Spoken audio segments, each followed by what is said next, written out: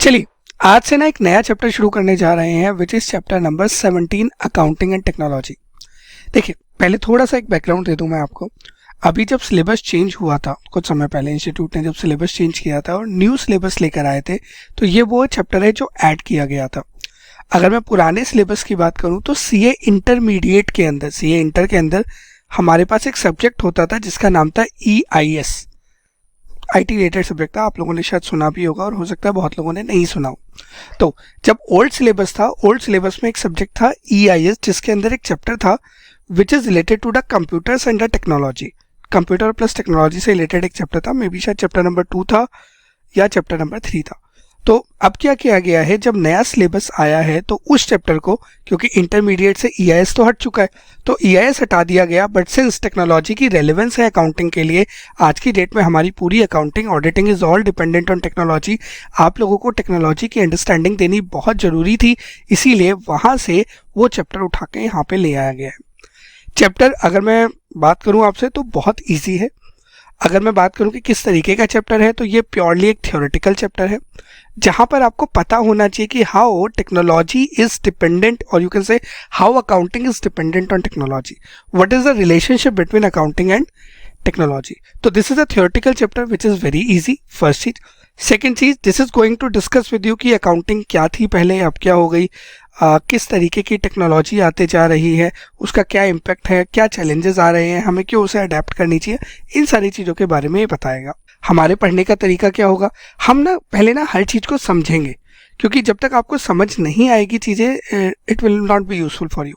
हर चीज़ को समझेंगे, रियल लाइफ के एग्जाम्पल से थोड़ा सा जानेंगे, उसके बाद स्टडी मटेरियल से ही रीड करेंगे, क्योंकि थ्योरेटिकल चैप्टर है तो ICI की लैंग्वेज लिखनी बहुत ज़रूरी है। तो इसीलिए हम स्टडी मटेरियल से रीड करेंगे और आपको हाईलाइट करवाएंगे कि आपकी क्या क्या इंपॉर्टेंट लाइंस हैं जो आपको पता होनी चाहिए, क्या क्या इंपॉर्टेंट पॉइंट्स हैं जो आपको एग्जाम में लिख के आने पड़ेंगे। तो अपने स्टडी मटेरियल को साथ में लेके बैठना, ठीक है, इतनी बात समझ आती है।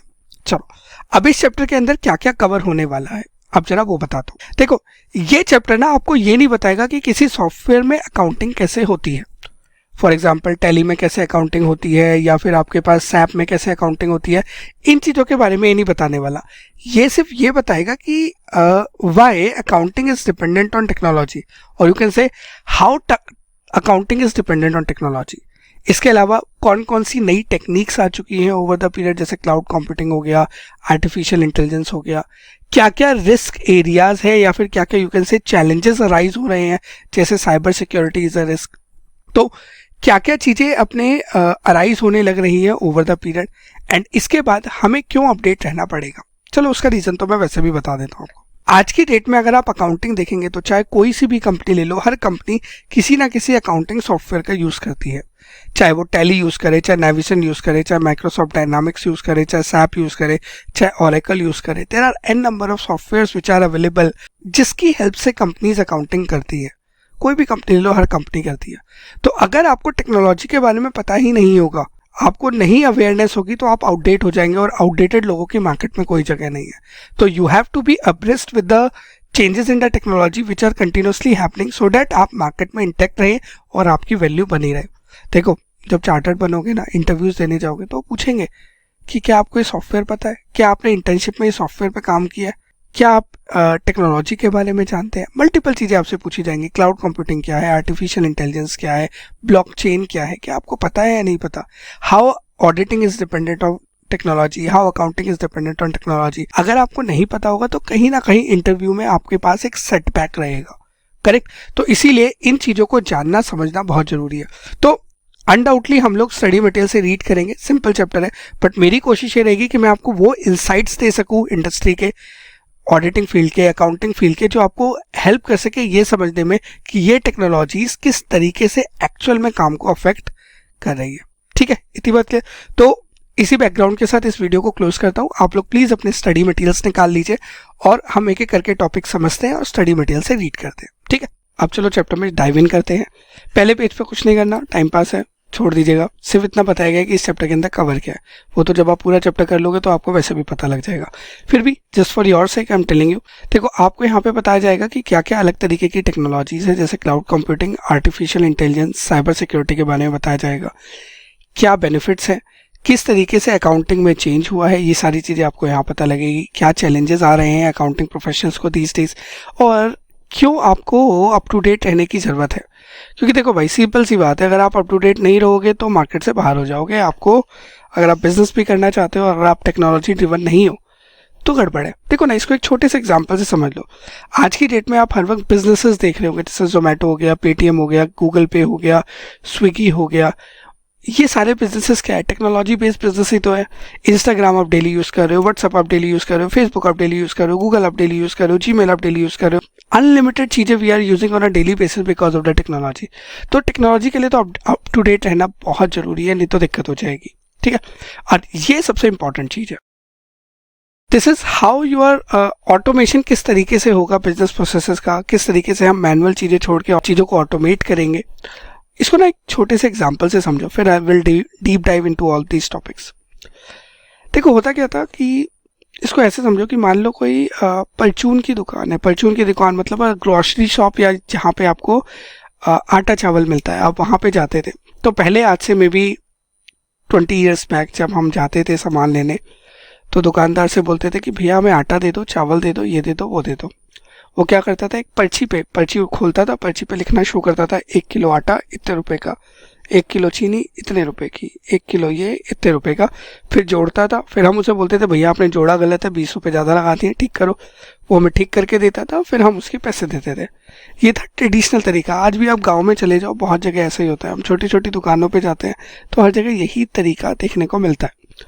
बट अगर आप इसका मॉडर्न तरीका देखो, लेटेस्ट तरीका देखो, तो आप किसी बिग बाज़ार में जाओ, रिलायंस के किसी स्टोर में जाओ, कहीं पे भी जाओ, आप जाते हो, मान लो बिग बाज़ार में गए या वॉलमार्ट में गए, आप कुछ सामान खरीदना है, आपने सामान पिक किया, लेकर आए, वो बास्केट के अंदर, बिलिंग काउंटर पे जाते हो। आप बिलिंग काउंटर पे उन्हें सामान देते हो, वो क्या करते हैं, बार कोड को स्कैन करते हैं, उसके स्कैन करके ऑटोमेटिकली बिल जनरेट होता हुआ आता है, आप उसकी पेमेंट कर देते हो।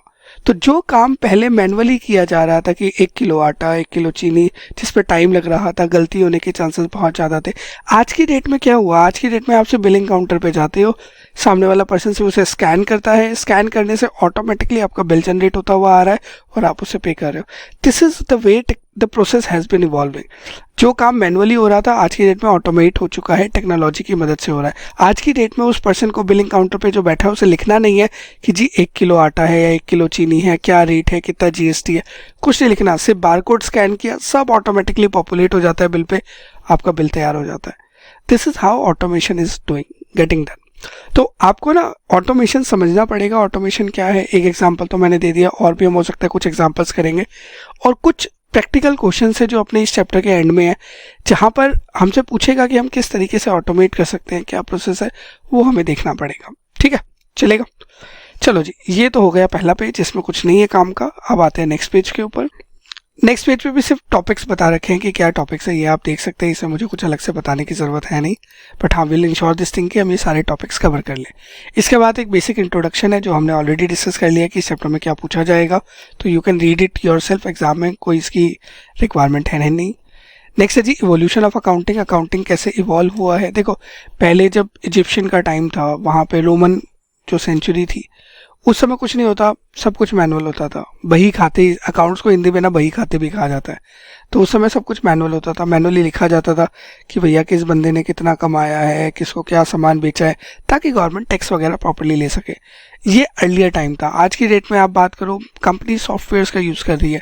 टैली हो गया, सैप हो गया, ओरेकल हो गया, डायनामिक्स हो गया, multiple softwares are getting use, जिसकी मदद से आप अकाउंटिंग कर रहे हैं। This has been the change in the accounting. Examination point of view से इतना कोई रेलेवेंट नहीं है, आप चाहो तो रीड कर लेना। 2-3 छोटी मोटी चीज़ें जो इसमें आपको याद रखनी चाहिए वो मैं आपको बता देता हूँ, जो आपसे एमसीक्यू में पूछ सकता है। चांसेस थोड़े से कम है, बट फिर भी मेरा फर्ज है बताना, तो मैं बता देता हूँ। देखो, कभी आपसे ये पूछ सकता है कि यार फादर ऑफ मॉडर्न अकाउंटिंग किसे कहा जाता है, बुक कीपिंग किसे कहा जाता है, तो वो ये है, वो है हमारे पास द इटालियन लुका पाशियोली। इन्होंने डबल एंट्री की स्टार्टिंग करी थी, that's why he is called the father of modern accounting. ठीक है, इसके अलावा जो सबसे, जैसे हमारे पास institute of chartered accountants of India, जो सबसे पुराना है वो है आपके पास the institute of chartered accountants of Scotland, जो सबसे पुराना है। और ये कब एस्टेब्लिश हुआ था, 1854 में एस्टेब्लिश हुआ था। बाकी इस पूरे टेक्स्ट को आप रीड कर लीजिए, नहीं भी करना छोड़ सकते हैं, कोई टेंशन की बात नहीं है, कुछ नहीं है इसमें। सिर्फ यही बताया कि पहले अकाउंटिंग ऐसे होती थी, आज की डेट में अकाउंटिंग ऐसे होती है, और कुछ नहीं है। एग्जामिनेशन पॉइंट ऑफ व्यू से not at all relevant, 2 point छोटे से रेलिवेंट थे, आपको बता दिए। ठीक है, चलिए आगे बढ़ते हैं। Next topic is the current state of technology. Current state में तो ऑटोमेशन है ही। यहाँ पे भी देखो एग्जाम पॉइंट ऑफ व्यू से I do not expect anything they will ask, but फिर भी let's quickly run through it और एक बार क्विकली डिस्कस करके क्लोज करते हैं। आइए जरा, चलिए सबसे पहले बात करते हैं जी ऑटोमेशन प्रोसेस क्या है ये। ठीक है, इसको ना एक एग्जांपल से पहले समझते हैं और उसके बाद आगे बढ़ेंगे। ठीक है, देखो जो एग्जांपल मैंने आपको दिया था रिलायंस फ्रेश का या वॉलमार्ट का, वो यहाँ पे लिखा हुआ है। आराम से ध्यान से सुनना और थोड़ा विजुअलाइज करने की कोशिश करना। अगर आप थोड़ा सा सोचेंगे ना तो you will be able to very easily visualise it, और इससे ना हम लिंक करेंगे कि क्या ऑटोमेशन प्रोसेस है। देखो मान लीजिए आप किसी बिग बाजार में या वॉलमार्ट में या रिलायंस के किसी स्टोर में या किसी भी स्टोर में जाते हैं। मान लो आपको कपड़े खरीदने हैं, आपके भाई की शादी है, आप कपड़े खरीदने जाते हो या कुछ ग्रॉसरी खरीदने चाह रहे हो, घर पे सामान चाहिए। तो सबसे पहले क्या होता है, तो सबसे पहले क्या है कि जी आप सामान को पिक करते हो। मान लो आप ग्रॉसरी खरीदने जा रहे हो, सामान को पिक करते हो, ग्रॉसरी का सब्जी वब्जी जो लेनी थी ले ली, राशन वगैरह जो लेना था ले लिया। उसके बाद बिलिंग काउंटर पे जाते हैं। जो पर्सन बिलिंग काउंटर पे होता है ना, वो हर आइटम को स्कैन करता है। उसका जो बारकोड होता है ना, वो उसे उस स्कैनर मशीन से बारकोड रीडर से स्कैन करता है। फिर क्या होता है, जब वो स्कैन कर लेता है उसके बाद the scanning automatically reads the data and inputs the item procure and corresponding price. जैसे ही वो स्कैन करेगा, स्कैन करके क्या आइटम आपने खरीदी, उसका क्या प्राइस है, उसका टैक्सेस वैक्सेस क्या है, सब स्कैन करके ऑटोमेटिकली पॉपुलेट कर लेता है। इसके बाद क्या करता है, वो हर आइटम को ऐसे स्कैन करता है। उसके बाद विद इन अ मिनट और 2 मिनट के अंदर आपका बिल जनरेट हो जाता है। कस्टमर क्या करता है, पेमेंट करता है, बिल प्रिंट होता है, उसको हैंड ओवर कर दिया जाता है कस्टमर को, आपको दे दिया बिल और अब आप चले जाते हो। अब यहीं पे आप ट्रेडिशनल दुकान सोचो, आप किसी परचून की दुकान पे जा रहे हो, वहाँ वो एक एक करके हाथ से सारी चीज़ें लिखेगा, टाइम लगेगा, गड़बड़ होने के चांसेस है, बहुत चीज़ें। बट सिंस ये काम ऑटोमेट हो गया, टेक्नोलॉजी की हेल्प से हो रहा है, मशीन्स की हेल्प से हो रहा है, तो ये सारा काम with in fraction of second हो गया, टाइम बच गया, गड़बड़ होने के चांसेस कम हो गए। Correct, this is called automation. जहां पर आप क्या कर रहे हो, टेक्नोलॉजी का मदद कर रहे हो, यूज कर रहे हो, जिसकी मदद से जो काम पहले मैनुअली होने वाला था वो आप टेक्नोलॉजी की मदद से कर रहे हो। इसके बहुत सारे एग्जांपल्स हो सकते हैं। जैसे एक ही एग्जांपल हो गया, एक हो गया जैसे मेट्रो है या फिर अगर आपने स्मार्ट कार्ड्स देखे हो, तो आप किसी मेट्रो में एंटर करना चाहते हो तो आप स्मार्ट कार्ड लगाओ, आप एंटर कर जाते हो। आपको वहां पे जाके किसी को खड़े होकर टिकट दिखाने की जरूरत नहीं है। ऐसे ही होता है। इसके अलावा और भी मल्टीपल जगह हैं जहाँ पे ऑटोमेशन यूज होता है। फॉर एग्जांपल जैसे अगर आपको पता हो तो स्मार्ट वॉचेस आती है। स्मार्ट वॉचेस क्या करती है, वो आपकी हेल्थ से रिलेटेड जितनी चीज़ें हैं वो ऑटोमेटिकली चेक करती रहती है और आपको बताती रहती है कि जी यहाँ पे आपकी गड़बड़ है, कि आपने कितने स्टेप वॉक किए, कितना आपने आज सोए हैं, क्या क्या चीज़ें सारी वहाँ पे पता लग जाती है। अगर मैं आपको इसमें अकाउंटिंग का एग्जांपल दूं, ये तो हो गया जनरल एग्जांपल, अकाउंटिंग के एग्जांपल पे चलते हैं। जैसे बैंक्स है, बैंक्स के बहुत सारे कस्टमर्स हैं, उनको हर कस्टमर को इंटरेस्ट देना होता है। फिक्स डिपॉजिट पे इंटरेस्ट है, सेविंग्स अकाउंट पे इंटरेस्ट है। अब मान लो 5 लाख कस्टमर है। अब या तो एक तरीका है कि हर कस्टमर के अकाउंट में जाया जाए, इंटरेस्ट को क्रेडिट किया जाए। दूसरा तरीका यह है कि भैया सॉफ्टवेयर को कमांड दीजिए, सॉफ्टवेयर हर पर्सन का जितना इंटरेस्ट बनता है उसके अकाउंट कैलकुलेट करेगा और उसके अकाउंट में पोस्ट कर देगा। This is automation. डेप्रिसिएशन है, आप लोगों ने आज तक सुना होगा डेप्रिसिएशन कंप्यूट होता है, आप लोग डेप्रिसिएशन निकालते हैं, WDV इंटू में रेट इंटू में टाइम, जो भी है डेप्रिसिएशन निकल जाता है। अब किसी कंपनी में, रिलायंस जैसी कंपनी है जहाँ पे दुनिया भर के एसेट्स हैं, तो क्या आप एक एक एसेट का डेप्रिसिएशन निकालते रहोगे? क्या पॉसिबल है? नहीं है पॉसिबल। तो उस केस में क्या होता है, रिलायंस का जो सॉफ्टवेयर होता है ना, सॉफ्टवेयर ऑटोमेटिकली डेप्रिसिएशन कैलकुलेट करता है। वहाँ पे सिर्फ कमांड देनी होती है कि जी डेप्रिसिएशन कैलकुलेट करो, वो सबका डेप्रिसिएशन कैलकुलेट करता है और उस डेप्रिसिएशन की कैलकुलेशन के बाद जो डेप्रिसिएशन निकल के आता है उसकी अकाउंटिंग एंट्री भी पोस्ट कर देता है। देखो ना, समय कितना बच गया, एनर्जी कितनी बच गई, गलती होने के चांसेस कम हो गए, मतलब ज़्यादा एक्यूरेट हो गया, ज़्यादा फास्टर काम हो गया। मतलब जो काम मैनुअली होने वाला था वो आपने हटा के अब ऑटोमेट कर दिया। टेक्नोलॉजी, कंप्यूटर, सॉफ्टवेयर टूल्स की मदद से आप उस काम को कर रहे हो। दिस इज ऑटोमेशन, ये लिखा है। तो आपको क्या याद करना है यहाँ पे, अब जरा वो सुनो। आपको याद करना है जी, ये automation is the use of software and other tools to automate manual processes, ताकि वो फास्टर और एक्यूरेट हो सके। आपको इतना ही याद करना है, इससे ज्यादा आपको कुछ और याद करने की जरूरत नहीं है, बस इतना याद कीजिएगा। ठीक है, चलेगा, कोई दिक्कत नहीं कि ऑटोमेशन क्या होता है। अब क्या ऑटोमेशन ऐसे ही हो जाएगा कि भैया आपने बोला ऑटोमेट हो गया? ऐसे नहीं होता ऑटोमेशन। अब जरा इस पे भी थोड़ा सा डिस्कशन करते हैं।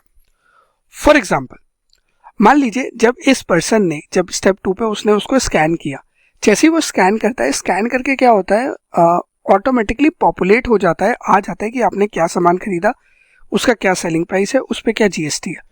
अब वो कैसे आएगा, तो उसके लिए ना कंप्यूटर का जो डेटाबेस होता है ना, वो सारी चीजें उसमें ऑलरेडी स्टोर की जाती है कि इस बार कोड रीडर से इस तरीके की आइटम आती है और इस तरीके की आइटम का ये सेलिंग प्राइस है, इस पे इतना डिस्काउंट देना है, इतना इसका जीएसटी लगेगा। वो सब कुछ उसके अंदर ऑलरेडी फीडेड होता है, जैसे ही आप पंच करते हो सब आ जाता है। इसको एक और एग्जांपल से देख सकते हैं। जैसे आप आईसीआई का जब रजिस्ट्रेशन करा लेते हैं एक बार, तो जब आप फ्यूचर में अपना एग्जाम फॉर्म फिल कर रहे होते हैं या कुछ भी कर रहे होते हैं, तो आप सिर्फ अपना जो रजिस्ट्रेशन नंबर है वो डालते हैं, तो आपकी बेसिक डिटेल ऑटोमेटिकली पॉपुलेट होकर आती है। आपका नाम, एड्रेस वगैरह सब ऑलरेडी वहाँ पे आ चुका होता है, आपको दोबारा उसे एंटर करना नहीं पड़ता। करेक्ट, सही कह रहा हूँ मैं? यही तो है। तो मतलब आपका डेटा ऑलरेडी उसके अंदर फीडेड है। तो बैकएंड पे ये काम ऑलरेडी हो रहा होता है कि जी आपका सारा डेटा फीडेड होता है, जीएसटी वगैरह फीडेड है, बिल कैसे जनरेट होगा वो फीडेड है, पेमेंट के मेथड्स वहाँ पे फीडेड है कि ऑनलाइन पेमेंट होगी, सीओडी होगी, सारी चीज़ें वहाँ पे लिखी हुई हैं और उसके अकॉर्डिंग आप काम करते हैं। ठीक है, इतनी बात समझ आती है। तो ये हो गया ऑटोमेशन प्रोसेस। तो कभी एग्जाम में आए कि ऑटोमेशन प्रोसेस क्या होता है, तो ये आप इतनी लाइन लिख दीजिएगा, ये जो मैंने वो कलर करी है, इससे ज़्यादा आपको लिखने की ज़रूरत वैसे तो नहीं है, आप एक दो लाइनें अपनी तरफ से ऐड कर सकते हैं। अब इसी पे चलो हम फर्दर बात करते हैं कि ऑटोमेशन की वजह से क्या फ़ायदे होते हैं, ऑटोमेशन में क्या चैलेंजेस आ सकते हैं। चलिए जरा उस पर बात करते हैं। तो now comes the benefits of automation. Automation के फ़ायदे क्या हैं? देखो, सबसे पहला फ़ायदा है क्या, डेटा एंट्री को स्ट्रीमलाइन कर देगा। डेटा एंट्री मतलब आपको ना डेटा एंटर मैनुअली नहीं करना पड़ेगा। फॉर एग्जाम्पल जैसे हम लोगों ने बोला कि वो बारकोड स्कैन करता है बिलिंग वाला पर्सन, तो जैसे ही वो बारकोड स्कैन करता है तो स्कैन करके ऑटोमेटिकली उस आइटम से रिलेटेड डेटा सिस्टम में आ जाता है, बिल पे पॉपुलेट हो जाता है कि क्या आइटम है, कितने रुपए की है, क्या जीएसटी है, कितना डिस्काउंट है, सब आ जाता है। तो डेटा एंट्री करना ना बहुत ईजी हो गया। आपसे बारकोड स्कैन करते जाओ, डेटा एंटर होता जाएगा। अगर आप ऐसा नहीं करते, मैनुअली करते, तो क्या होता, पहले एक पर्सन बैठा होता, देखता अच्छा इसने चाय खरीदी है, चाय भी किसी खरीदी है, टाटा की खरीदी है, ओके कितने किलो की खरीदी है जी, आधी किलो की खरीदी है। तो उसको ये सारी चीज़ें पंच करनी पड़ती है, जिसमें गलती होने के चांसेस बहुत ज़्यादा हो जाते हैं, प्लस टाइम भी लगता है। करेक्ट, तो डेटा एंट्री को बहुत स्ट्रीमलाइन कर देता है ऑटोमेशन। नेक्स्ट, यहाँ से यहाँ तक आप रीड कर सकते हैं, सेम ही चीज़ें जो मैंने बताया यहाँ तक। Next, accelerating data processing. Data processing quick हो जाती है। देखो ना, अब आज की डेट में मान लो एक पर्सन बिग बाजार जाता है और 40 आइटम्स परचेज करता है। ऐसे बहुत सारे लोगों ने बहुत कुछ परचेज किया है। अगर वो काम मैनुअली करने बैठे, 40 आइटम का लिखे, प्राइस देखे, डिस्काउंट देखे और लिखना शुरू करें मैनुअली, तो इट विल टेक इट्स बहुत सारा टाइम लगेगा। लार्ज वॉल्यूम ऑफ डेटा को प्रोसेस करना पॉसिबल नहीं है। इसको बैंक वाले एग्जांपल से समझ लो ना, बैंक में इतने लोगों का इंटरेस्ट की एंट्री है, इंटरेस्ट देना होता है, बैंक इंटरेस्ट पे करता है, तो उसका इंटरेस्ट कंप्यूट करना और उसकी एंट्री करना, इतना वॉल्यूम है, मैनुअली प्रोसेस करना इज नॉट पॉसिबल। तो ऑटोमेशन की मदद से क्या होता है, आपको ना डेटा प्रोसेसिंग एक्सेलरेट हो जाती है, इंक्रीज हो जाती है, जल्दी हो जाती है। देखो ये लिखा है, automation can help to process large amount volumes of data more quickly and accurate than manual methods। इतनी बात क्लियर है। नेक्स्ट है एनहेंस एक्यूरेसी। गलती कम हो जाती है, सही होने के चांसेस बढ़ जाते हैं। Automation can help to reduce error and discrepancy in accounting processes. ये हम ऑलरेडी बात कर चुके हैं। नेक्स्ट, डिसीजन मेकिंग इंप्रूव हो जाती है। देखो, जब आप ऑटोमेट करते हैं ना, तो इन्फॉर्मेशन अवेलेबल होती है कि जी, जैसे आज की डेट में लेट्स से बाटा इंडिया है, बाटा इंडिया जूते बेचता है। आज की डेट में आप बाटा इंडिया से जाके पूछोगे कि आप ये बताओ पिछले एक हफ्ते में विमेन के हाई एंड के ब्लैक कलर के 9 नंबर के 7 नंबर के साइज के कौन से जूते बिके हैं, क्या आप बता सकते हो? वो आपको बता देंगे। मतलब इतने माइन्यूट लेवल पे डिटेल अवेलेबल है कस्टमर्स की। ऑटोमेशन की वजह से क्या होता है ना, फाइनेंशियल डेटा का इंसाइट मिल पाता है आपको और रियल टाइम बेसिस पे मिलता है, आप जब जानना चाहो तब। आज की डेट में अगर आप फ्लिपकार्ट से पूछेंगे कि फ्लिपकार्ट आप एक चीज़ बताइए, दिवाली के समय में जो दिवाली के 3 दिन थे, या होली के समय में होली के जो 3-4 दिन होते हैं, या फेस्टिवल के समय में जो 3-4 दिन होते हैं, उस समय में आपकी कितनी सेल हुई, किस प्रोडक्ट की ज़्यादा सेल हुई, हिंदुस्तान के किस एरिया में ज़्यादा सेल हुई, वो आपको सब बता देंगे। रियल टाइम डेटा अवेलेबल है। करेक्ट, तो ऑटोमेशन की मदद से क्या होता है, आपको रियल टाइम इंसाइट मिलते हैं फाइनेंशियल डेटा में, जिसकी मदद से आप डिसीजन मेकिंग कर सकते हैं। इतना क्लियर समझ आती है बात? चलो, टाइम बचता है, पैसे बचते हैं, ऑब्वियसली बात है ना। देखो, save time and money. Automation में क्या होता है, एक बार आपने टेक्नोलॉजी लगा दी, उसके बाद आप अपडेट करते रहो, तो टाइम तो बच जाता है। पैसा कैसे बचता है? एक बार आपने कॉस्ट इनकर कर दी, उसकी वजह से क्या होता है, हर बार अगर आप नहीं करते तो लोग लगाने पड़ते हैं, पीपल विल बी एम्प्लॉयड, लोग एम्प्लॉय होते हैं, उनको पैसे जाते हैं, सैलरी जाती, वो आपका बच गया। इसके अलावा प्रोडक्टिविटी इंक्रीज हो जाती है, टाइम कम लगती है, वो काम जल्दी हो जाता है, तो आपका पैसा बच जाता है। तो कहीं ना कहीं टेक्नोलॉजी आपको पैसे और समय बचाने में मदद करती है। देखो, automation reduces the amount of time and resources required to perform manual task such as data entry and reconciliation. इसके अलावा कंप्लायंसेस को इंश्योर करने में मदद करता है कि जी हम कंप्लायंसेस का मतलब हो गया गवर्नमेंट की रेगुलेशंस, जैसे कंपनीज एक्ट की कुछ कंप्लायंसेस है कि आपको टाइमली बेसिस पे रिटर्न फाइल करनी है, टीडीएस वगैरह की डिटेल फाइल करनी है, जीएसटी फाइल करना है, एनुअल अकाउंट्स फाइल करने हैं। सेम वे में अकाउंट्स की कुछ रिक्वायरमेंट है, इंडियस की, आई गैप की, हर एक की कुछ ना कुछ रिक्वायरमेंट होती है। तो हम क्या करते हैं, सिस्टम के अंदर वो सारी चीज़ें डाल देते हैं, सिस्टम के अंदर वो सारे प्रोसेसेस डाल देते हैं, जिससे क्या होता है, जैसे महीना खत्म हुआ तो मंथ एंड होते ही आपकी जो जीएसटी की रिटर्न जाती है उसकी डिटेल सारी ऑटो पॉपुलेट होकर आ जाएगी, आप चेक करके उसे अपलोड कर सकते हैं। सेम वे में जैसे अब टैक्स की रिटर्न कंप्यूट करनी है तो टैक्स कंप्यूट करने के लिए मल्टीपल सॉफ्टवेयर अवेलेबल है, जैसे कॉम्पोटेक्स इज ए सॉफ्टवेयर, तो उसकी मदद से क्या होता है, आप टैक्स कैलकुलेट कर पाते हैं। इसके अलावा अगर आपने पढ़ा हो इंटरमीडिएट में तो एक कंसेप्ट आया था ऑडिट ट्रेल का, जो कंपनी के अंदर चेंज आया था कि हर कंपनी को ऑडिट ट्रेल मेंटेन करनी है। तो ऑडिट ट्रेल कैसे मेंटेन करेंगे, कंप्यूटर की हेल्प से मदद कर मेंटेन करेंगे। तो कहीं ना कहीं somewhere down the line automation की मदद से आप कंप्लायंट रह सकते हैं रेगुलेशन से, किस तरीके से अपने रेगुलेशंस को फॉलो करके, अकाउंटिंग प्रैक्टिसेस को ठीक करके। ठीक है, तो ये 6 पॉइंट हो गए जो आपको बेनिफिट होता है किससे, ऑटोमेशन से। बट ऐसा नहीं है कि ऑटोमेशन जस्ट कम्स अप हो गया, ऑटोमेशन में भी कुछ प्रॉब्लम आती है। क्या? एक तो भैया टेक्नोलॉजी है तो हमेशा हैकर का, वायरस का, साइबर अटैक्स का रिस्क रहेगा। दूसरा, टेक्नोलॉजी है, हर बंदे को टेक्नोलॉजी नहीं आती है। आज की डेट में अगर मैं आपको बोलूं कि आपको एसक्यूएल पता है क्या होता है, स्ट्रक्चर्ड क्वेरी लैंग्वेज, आप में से बहुत सारे लोग बोलेंगे सर नहीं पता। तो कहीं ना कहीं टेक्नोलॉजी एक ऐसी चीज़ है जो आपको नहीं पता। अब आज की डेट में आप लोगों ने कोई अकाउंटिंग सॉफ्टवेयर शायद हो सकता है नहीं देखा हो सकता है कुछ ने देखा भी हो, जैसे सैप हो गया, ओरेकल हो गया, डायनामिक्स हो गया, नेविसन हो गया, इतने सारे सॉफ्टवेयर है, क्या आपको सबकी नॉलेज है? नहीं है। तो आप किस तरीके से एब्रेस्ट रहेंगे, किस तरीके से आप उसको ऑटोमेट करने में हेल्प करेंगे, किस तरीके से आप ऑटोमेटेड प्रोसेस को रिव्यू करेंगे, उसके लिए आपको टेक्नोलॉजी से अप टू डेट रहना पड़ेगा। इसके लिए कंपनीज को इंश्योर करना पड़ता है कि अपने एम्प्लॉयज़ को ट्रेनिंग दे और एजुकेशन दे। एंड तीसरी सबसे इंपॉर्टेंट चीज़, देखो 2 तरीके का काम होता है, या तो लेबर इंटेंसिव या कैपिटल इंटेंसिव। लेबर इंटेंसिव में ज़्यादा लोग लगाए जाते हैं, कैपिटल इंटेंसिव में कैपिटल ज़्यादा लगाई जाती है, मतलब टेक्नोलॉजी पे, मशीन्स पे पैसा ज़्यादा लगाया जाता है। अगर आप टेक्नोलॉजी अडॉप्ट करोगे तो कहीं ना कुछ लोगों की नौकरी जाएगी, बिल्कुल जाएगी। क्यों? आप देखो ना, वॉलमार्ट ने बीच में एक ऐसा स्टोर निकाला था जहाँ पे काउंटर में भी कोई बंदा नहीं था, सब कुछ कंप्यूटर से ऑटोमेटिकली हो रहा था। तो जैसे टेक्नोलॉजी लेकर आ रहे हो, आर्टिफिशियल इंटेलिजेंस आ रहा है, लोगों की नौकरियां जाना स्वाभाविक है। बीच में चैट जीपीटी आया था, चैट जीपीटी ने बहुत सारी जॉब्स को रिडंडेंट कर दिया, राइटिंग, ऐसे राइटिंग, बहुत चीज़ें, पैराग्राफ राइटिंग, समरीज, बहुत चीज़ें उसे रिडंडेंट कर दी। क्यों? क्योंकि अब वो चीज़ें readily on tips on hand available है। करेक्ट। तो कहीं ना कहीं ऑटोमेशन की वजह से देखो रिस्क तो है, बट उस रिस्क के लिए आपको, मैं बोलूँ तो रिस्क को आप क्या क्या हो सकते हैं वो देख लो।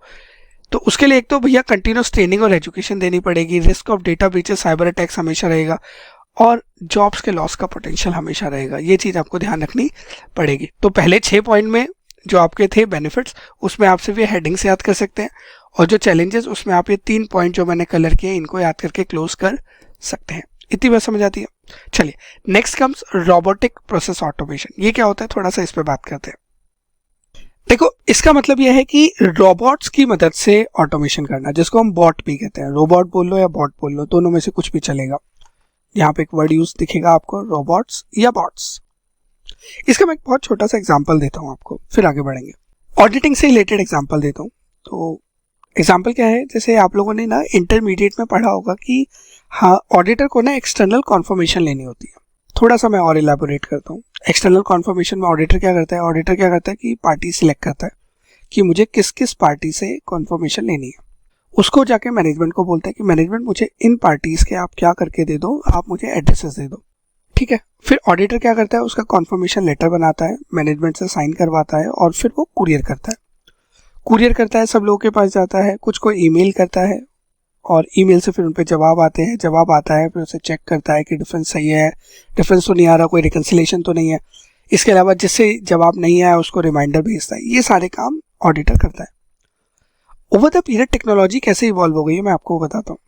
देयर आर बॉट्स, रोबोट्स बोलो या बॉट्स बोलो, both are same thing. Computer softwares हैं जो क्या करते हैं, वो सिलेक्ट करते हैं ऑटोमेटिकली कि कौन सी पार्टी से कॉन्फर्मेशन लेनी है। They drop a mail to the management, management को मेल कर देते हैं, उसका एक फॉर्मेट भेज देते हैं मैनेजमेंट को, मैनेजमेंट आप इसमें डिटेल डाल के दे दो। मैनेजमेंट उसमें डिटेल डाल देती है कि जी ये इनका एड्रेस है, ये इनका फ़ोन नंबर है। बॉट्स क्या करते हैं, और मैनेजमेंट से ऑथराइजेशन लेटर वहाँ पे मैनेजमेंट लगा देती है। Bots with the help of that, without any intervention, वो खुद ही एक लेटर बनाते हैं कॉन्फर्मेशन का, क्योंकि उनके अंदर स्टैंडर्ड फॉर्मेट डले हुए होते हैं। उस लेटर को वो ईमेल आईडीज उनके पास होती है, उनको मेल भी कर देते हैं।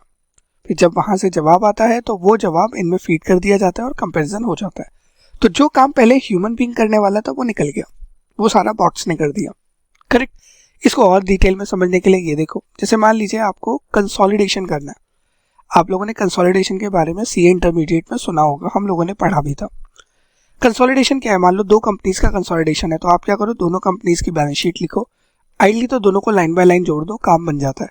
बट कुछ एडजस्टमेंट एंट्रीज आती है, जैसे नॉन कंट्रोलिंग इंटरेस्ट की आती है, जैसे इंटर कंपनी एलिमिनेशन आती है, इंटर कंपनी का अनरियलाइज्ड प्रॉफिट आता है, वो सारी चीज़ें आती हैं।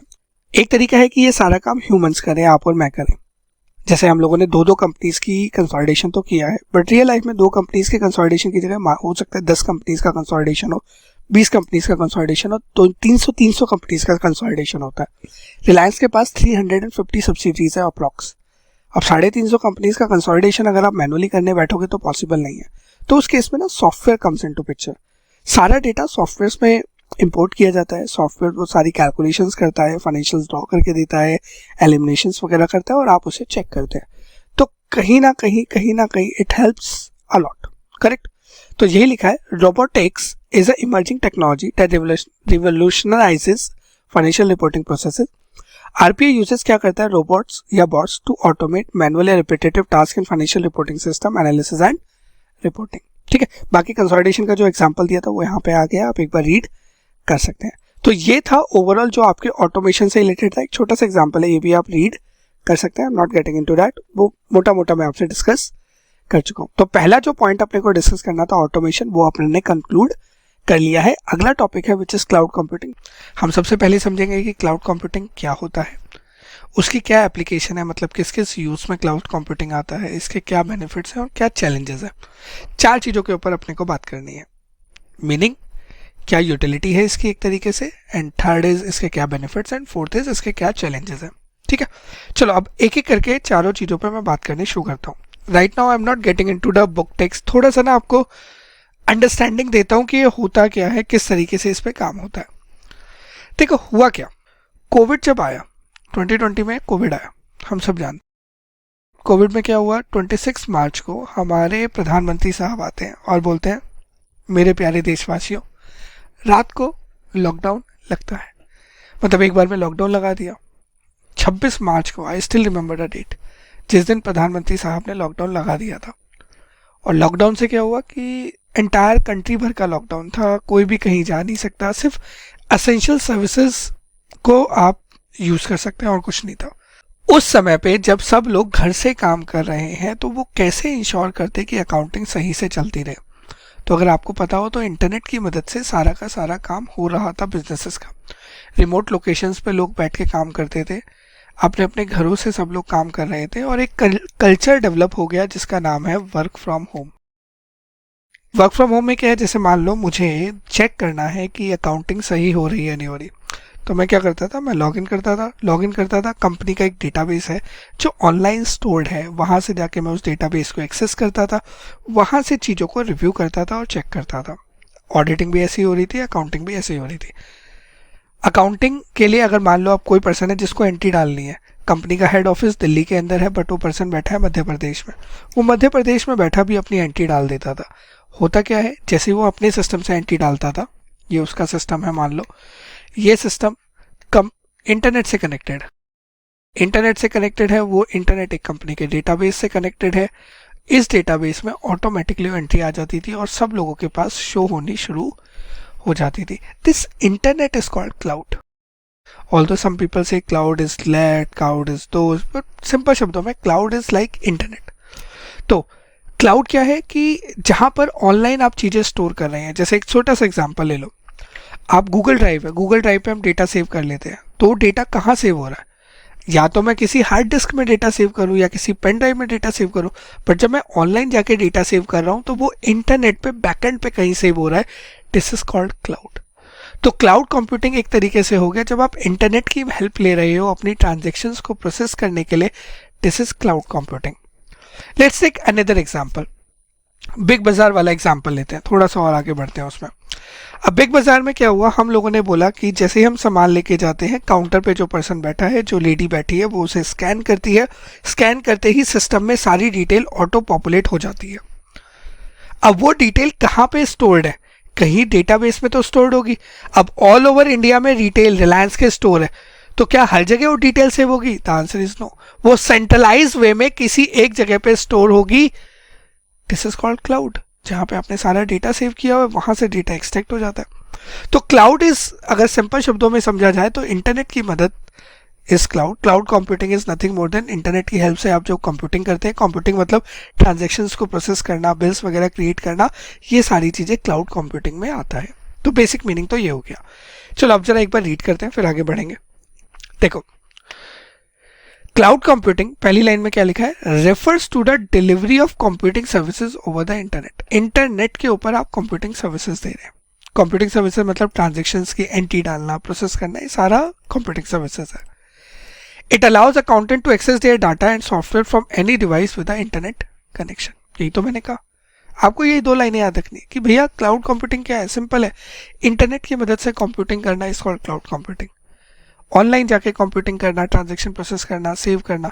अब ऐसा नहीं है कि सिर्फ डेटा ही सेव होता है। अगर हम डेली लाइफ की बात करें, चलो छोटे से और एग्जांपल लेते हैं। नेटफ्लिक्स है, नेटफ्लिक्स पे हम मूवीज देखते हैं, हमें ऐप के ऊपर मूवीज नजर आती है, बट ऐप के ऊपर अगर आप देखो तो ऐप का साइज क्या होता है?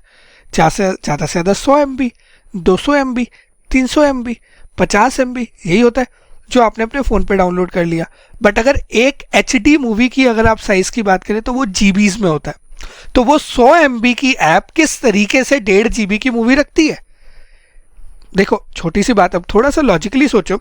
हम लोग मोबाइल पे एक ऐप डाउनलोड कर लेते हैं, मान लो नेटफ्लिक्स डाउनलोड कर लिया, उसके अंदर एक मूवी आ रही है जवान, किसकी? शाहरुख खान साहब की।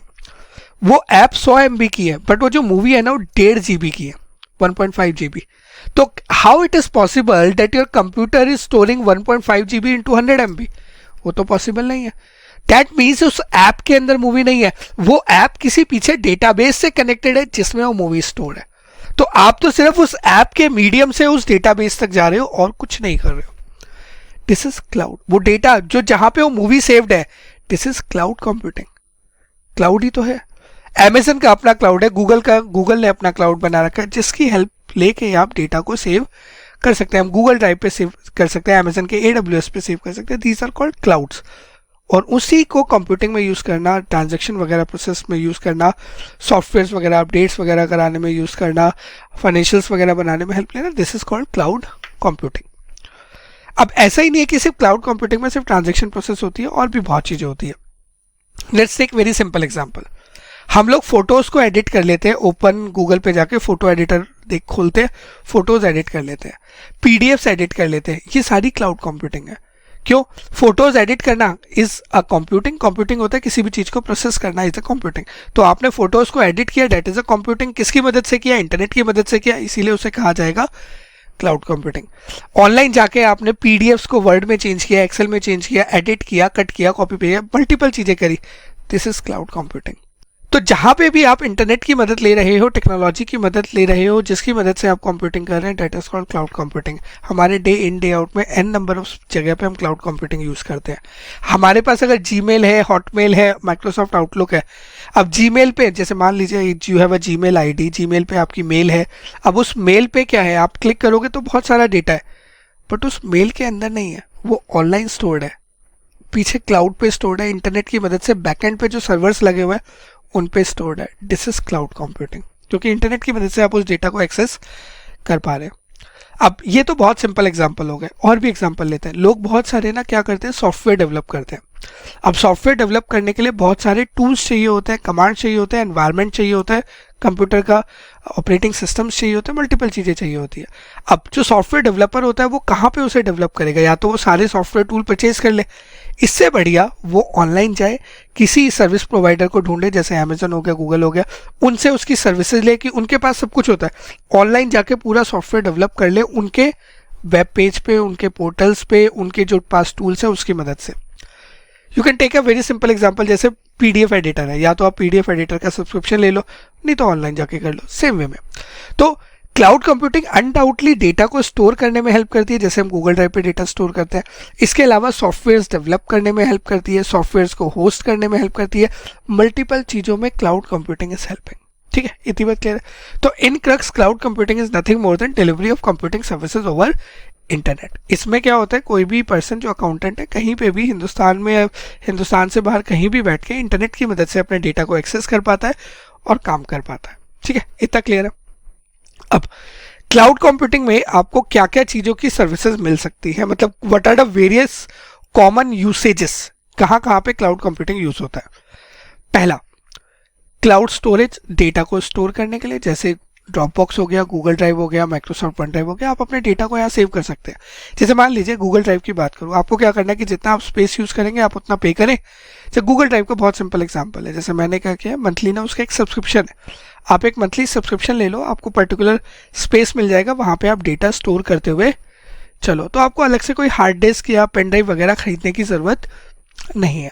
Correct, this is cloud storage. आप वहाँ पे किसी भी तरीके का PDF, text, JPG, photos, video जो सेव करना है कर लो, कोई टेंशन नहीं है। इवन आप उसको अपने कंप्यूटर से, लैपटॉप से, मोबाइल से लिंक कर सकते हैं, तो ऑटो अपडेट भी हो जाता है। जैसे जैसे आप डेटा बढ़ाते रहोगे अपडेट होता रहेगा। इसका सिंपल एग्जांपल है, जैसे गूगल बैकअप होता है ना मोबाइल का, सारी फोटोज गूगल पे जाके सेव हो जाती है। जब आप मोबाइल चेंज करते हो, दूसरे मोबाइल में जाके अपनी लॉगिन आईडी डालते हो, तो ऑटोमेटिकली वहाँ आ जाती है। This is a simple example of cloud storage, जहाँ पे आप डेटा स्टोर कर रहे हो। It offers storage solution that allows users to store and access their files and data from anywhere using an internet connection. ठीक है, इतना समझ आता है। Next, software as a service, जहाँ पे आप क्लाउड्स के, जो क्लाउड क्या होता है बेसिकली, क्लाउड क्या है, क्लाउड बड़ी बड़ी कंपनियां जिनके पास बहुत सारा डेटाबेस है, बहुत सारे सर्वर्स वगैरह लगा रखे हैं और कुछ नहीं है। अमेजन हो गया, गूगल हो गया, इनके पास सॉफ्टवेयर्स होते हैं, इनके पास उनके राइट्स भी होते हैं। तो एक तरीका तो है, जैसे मान लो पीडीएफ एडिटर है, या तो मैं पीडीएफ एडिटर का राइट ले लूँ, नहीं लेना चाहता तो मैं गूगल का मैंने राइट ले रखा है, उसका सब्सक्रिप्शन लेकर उससे पीडीएफ एडिटर यूज़ करता हूँ, उसका सॉफ्टवेयर यूज़ करता हूँ, आगे काम करता हूँ। स्प्रेडशीट्स हैं, एक्सेल की जो स्प्रेडशीट है, एक तरीका है कि आप अपने सिस्टम में एक स्प्रेडशीट रख लो, नहीं तो गूगल की स्प्रेडशीट यूज़ कर लो। तो जहाँ पे आप सॉफ्टवेयर्स की सर्विसेज यूज़ करने वाले हो क्लाउड्स की, that is called software as a service. तीन तरीके के होते हैं, सास, आस पास। आप बोलोगे सास आस पास क्या हो गया? SaaS is software as a service, IaaS is infrastructure as a service and PaaS is platform as a service. तो तीनों में छोटा छोटा डिफरेंस है, अभी बताता हूँ। तो पहले जब आप क्लाउड के स्टोरेज का यूज़ करते हो, सिर्फ डेटा स्टोर करने के लिए यूज़ कर रहे हो, जैसे बहुत सारे लोग सिर्फ डेटा स्टोर करने के लिए यूज़ करते हैं, दैट इज क्लाउड स्टोरेज। अगर आप उनके सॉफ्टवेयर यूज़ करना चाहते हो, जैसे स्प्रेडशीट्स हो गया, CRM के सॉफ्टवेयर हो गए, कस्टमर रिलेशनशिप मैनेजमेंट के सॉफ्टवेयर हो गए, क्विक बुक्स वगैरह यूज़ करना चाहते हो अकाउंटिंग के लिए, तो that is software as a service. अगर आप उसे एज अ प्लेटफॉर्म यूज करना चाहते हो, मतलब आप उस पर जाके ना अपने सॉफ्टवेयर डेवलप करना चाहते हो, देखो सॉफ्टवेयर एज अ सर्विस में उनके पास सॉफ्टवेयर ऑलरेडी है जो आप यूज कर रहे हो।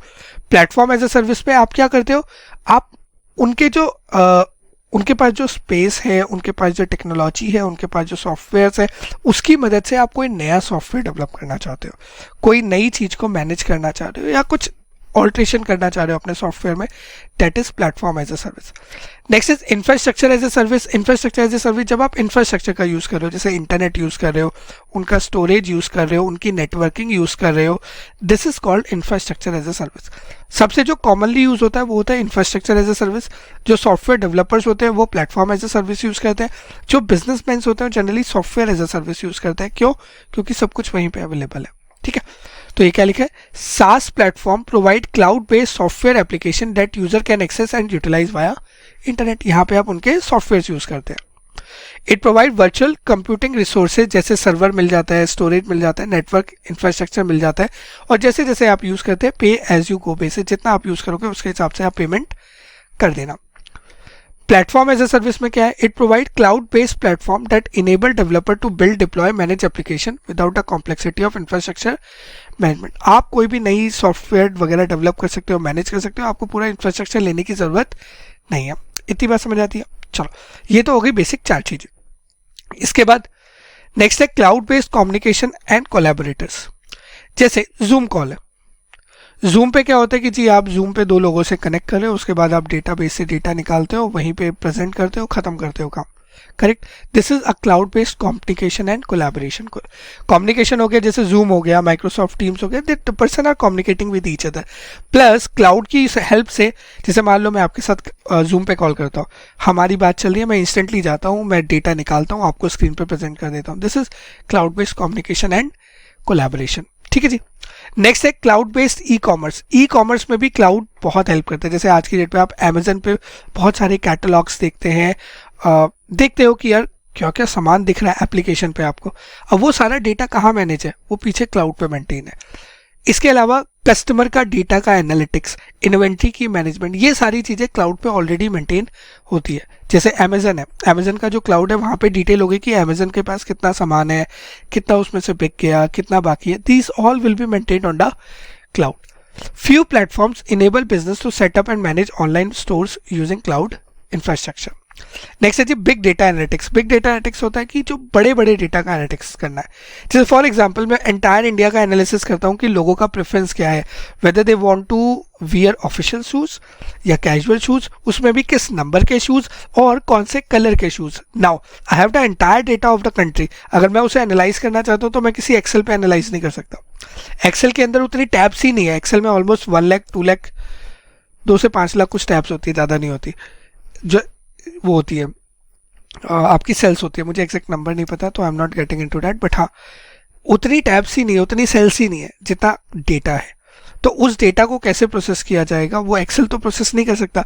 तो उसके लिए होता है बिग डेटा एनालिटिक्स, जहाँ पे आप लार्ज वॉल्यूम ऑफ डेटा को एनालाइज करना चाहते हैं। मान लीजिए कोई रिटेल की कंपनी जैसे अमेजन है, अमेजन डेली कितनी सेल करता है, करोड़ों सेल करता है डेली बेसिस पे आइटम्स की। अब उतने बड़े डेटा को अगर आप एनालाइज करना चाहते हो, एक दिन का 1 करोड़ है तो साल का 365 करोड़ हो गया मोटा मोटा। अगर आप 365 करोड़ डेटा को एनालाइज करना चाहते हो तो कैसे करोगे, नॉट पॉसिबल।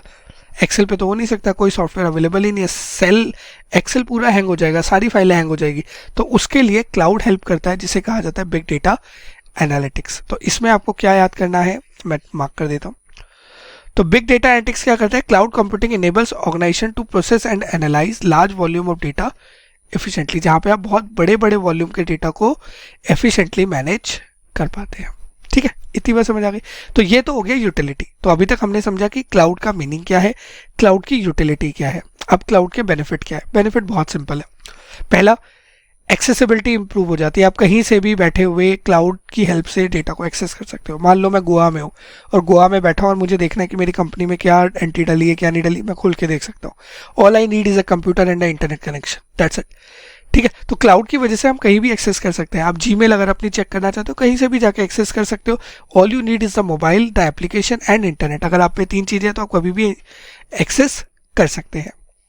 नेक्स्ट, आपकी सिक्योरिटी इंक्रीज हो जाती है। देखो गूगल और अमेजन छोटे खिलाड़ी तो है नहीं, आप भी जानते हो बहुत बड़े प्लेयर्स हैं। तो अगर वो डेटा रखते हैं आपका तो वो उसके साथ ना बहुत सिक्योरिटी फीचर्स लगा के रखते हैं, जैसे एनक्रिप्शन हो गया, फायरवॉल हो गया, multi factor authentication. Multi factor authentication हो गया, पहले आप लॉगिन करो, अपना आईडी पासवर्ड डालो, फिर आपके पास पिन नंबर आएगा, आप अपना पिन नंबर डालो, तब जाके आप उसको क्या कर सकते हो, डेटा को देख सकते हो। दिस इज एनहांस सिक्योरिटी, ताकि कोई भी गलत पर्सन उसे एक्सेस ना कर सके। Next, increase scalability. अब कोई बिजनेस है जिसका बिजनेस बढ़ता जा रहा है, उसे ज़्यादा स्पेस चाहिए डेटा स्टोर करने के लिए। एक तरीका है कि वो सर्वर्स परचेज करता जाए। अब सर्वर परचेज करेगा तो सर्वर परचेज करने की कॉस्ट होगी। दूसरा है उससे बढ़िया क्लाउड की सर्विसेज ले, जैसे जैसे स्पेस ज़्यादा चाहिए उसके लिए पैसा देता जा, सिंपल सी बात है। तो इस वजह से आप बिजनेस को स्केल कर सकते हो, बड़ा कर सकते हो। प्लस आपको ना जैसे जो अच्छे फीचर्स हैं अमेजन के, गूगल के, वो आपको मिलेंगे। उसकी वजह से क्या होता है, आप अपने बिजनेस को और क्वालिटेटिवली एनहांस कर पाते हैं।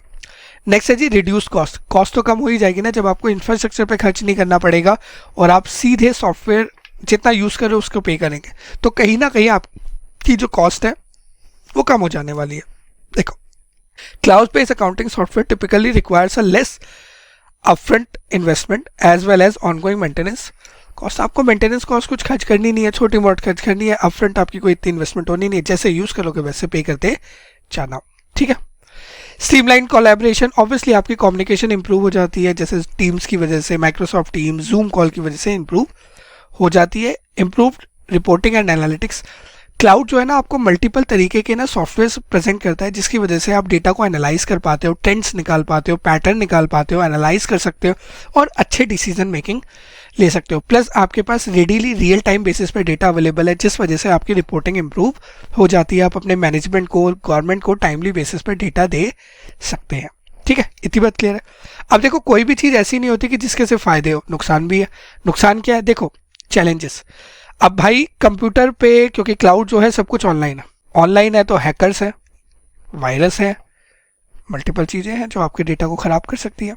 इसके अलावा आपको इंटरनेट कनेक्टिविटी तो भैया मस्त है। अगर इंटरनेट कनेक्टिविटी नहीं होगी अच्छी, फिर आप क्लाउड को अच्छे तरीके से एक्सेस नहीं कर सकते। मतलब अगर आप किसी गांव में टायर 2 या टायर 3 कंट्री उस स्टेट के अंदर है, जिस जगह के अंदर है, तो it will be tough for you to manage. ठीक है, इतनी बात समझ आ गई। तो 2 मोटे चैलेंज मैंने आपको बता दिए। ये छोटा सा एग्जांपल है जो आप होमवर्क में रीड कर सकते हैं, मोटा मोटा हम ऑलरेडी डिस्कस कर चुके हैं। ठीक है, तो इतना था अपने पास क्लाउड कंप्यूटिंग में। अगला जो टॉपिक है वो है अपने पास एंटरप्राइज रिसोर्स प्लानिंग। ठीक है, जितना मैंने मार्क किया है आप इतना याद कर सकते हैं, इससे ज़्यादा आपको ज़्यादा चैलेंज लेने की जरूरत नहीं है। जब भी बेनिफिट्स या पॉइंटर्स है तो आप सिर्फ हेडिंग भी याद करेंगे, अंदर का कंटेंट अपनी लैंग्वेज में लिखेंगे तो भी चल जाएगा, कोई टेंशन नहीं है। ठीक है जी, डन है। आई होप जिस एक्सपेक्टेशन के साथ आपने इस वीडियो को देखना शुरू किया था वो एक्सपेक्टेशन आपकी पूरी हो रही है, और जो भी कॉन्सेप्ट्स आप क्लियर करना चाहते थे, जिस टॉपिक में आप कमांड चाहते थे अपने रिस्पेक्टिव एग्जाम के लिए, वो आप इस वीडियो के थ्रू फुलफिल कर पा रहे हैं। यहाँ मैं आपको एक छोटी सी इन्फॉर्मेशन देना चाहूँगा कि हमारे सभी पेड कोर्सेज जो हैं वो आपके रिस्पेक्टिव एग्जाम्स के अवेलेबल हैं ऑन द वेबसाइट escholars.in, जिसका लिंक भी आपको डिस्क्रिप्शन में प्रोवाइड किया गया है। I will just request you कि आप सोचिए कि फ्री कॉन्टेंट में अगर इतना दम है तो पेड कॉन्टेंट में हमने क्या क्या चीज़ें आपको दे रखी होंगी।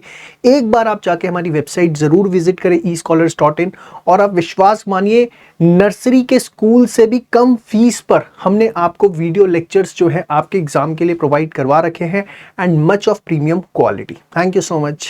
अब हम बात करेंगे थोड़ा सा एंटरप्राइज रिसोर्स प्लानिंग, जिसको हम बोलते हैं ERP। ठीक, ये है क्या? थोड़ा सा ना पहले सिंपल शब्दों में समझाता हूँ आपको, फिर इस पर बढ़ेंगे।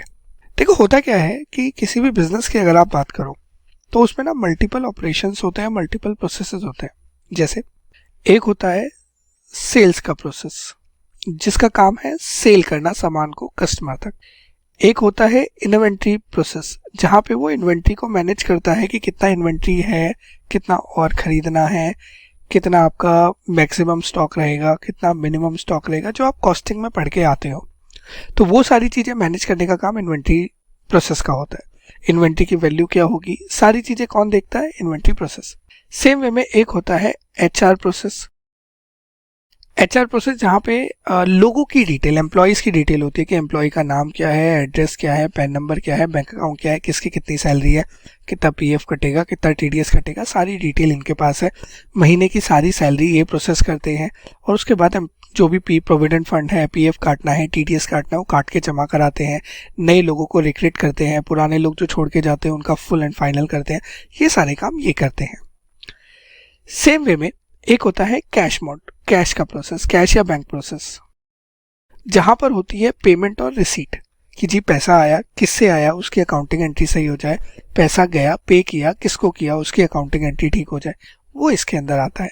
इसके अलावा प्रोडक्शन प्रोसेस अलग होता है, सेल्स एंड डिस्ट्रीब्यूशन अलग होता है, प्लानिंग अलग होता है, मशीन मेंटेनेंस अलग होता है। There are n number of processes जो किसी ऑर्गेनाइजेशन में होते हैं, तो अब मैं उन सब में नहीं जा रहा हूँ। अब HR के प्रोसेस को क्या करना है, मैं सिर्फ 4 प्रोसेस के बेसिस पे आपको समझाता हूँ चीज़ें। अब HR में ना उसने क्या किया, सारा डिटेल तो मेंटेन कर लिया।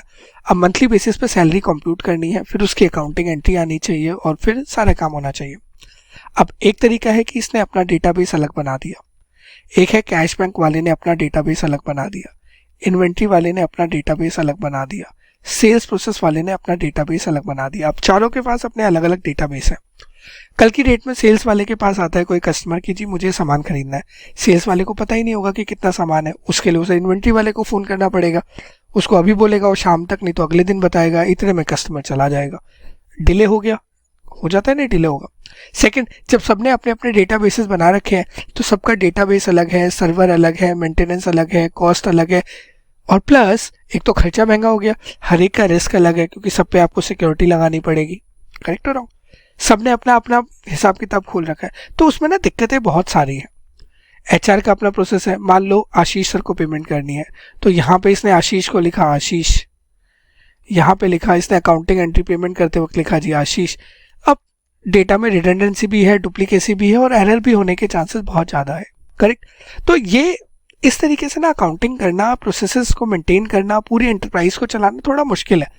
अगर कंपनी की मैनेजमेंट चाहती है एक ओवरऑल परव्यू मिल जाए कि यार किस प्रोसेस में क्या चल रहा है, किस स्टेज पे है, उसे तो मिल ही नहीं पाएगा। सेल्स की अपनी रिपोर्ट आ रही होगी, एचआर वाले के डेटाबेस से अपनी आ रही होगी, कैश वाले से अपनी आ रही होगी, इन्वेंट्री वाले से अपनी आ रही होगी, प्रोडक्शन वाले से अपनी आ रही होगी। इन सब में ना मैनेजमेंट डिसीजन मेकिंग सही नहीं कर पाएगी। तो इसी के लिए ना एक सिस्टम लाया गया जो कहता है कि भाई ये अलग अलग डेटाबेस नहीं चलेंगे। वो कहता है ये अलग अलग हिसाब किताब मत रखो, एक कॉमन हिसाब किताब रखो, एक कॉमन डेटाबेस रखो। This is called a common database. सारा डेटा एक ही जगह होगा, एचआर वाला भी इसी को यूज करेगा, इसी में एंट्री डालेगा, सेल्स वाला भी इसको, इन्वेंट्री वाला भी इसको, कैश वाला भी इसको।